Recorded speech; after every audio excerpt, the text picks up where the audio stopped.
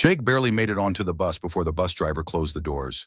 The rain had continued through the night, and with his head soaked from his hood falling off while rushing to make the bus. He hurried down the aisle as the bus jolted him as they began to move. Jake flew into an empty seat. An exhausted Jake slouched down into his seat staring at the ceiling. He didn't have the energy to draw, not after the restless night that he had. Although he felt he slept, Jake was stuck in that dream version of the school. He had so many questions, but the one he wanted answered the most was who was that boy he saw who seemed to have no face. It wasn't long before the bus pulled into the school, and Jake meandered his way to his first class. He sat at his desk in his first period math class. Jake pulled out his notebook and attempted to draw, but he was still too tired to draw. He looked up at the board and tried to pay attention to his teacher.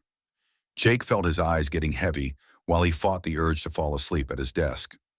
As he continued to listen to their lesson plan, Jake eventually gave in to temptation and began to doze off, putting his head down on his desk.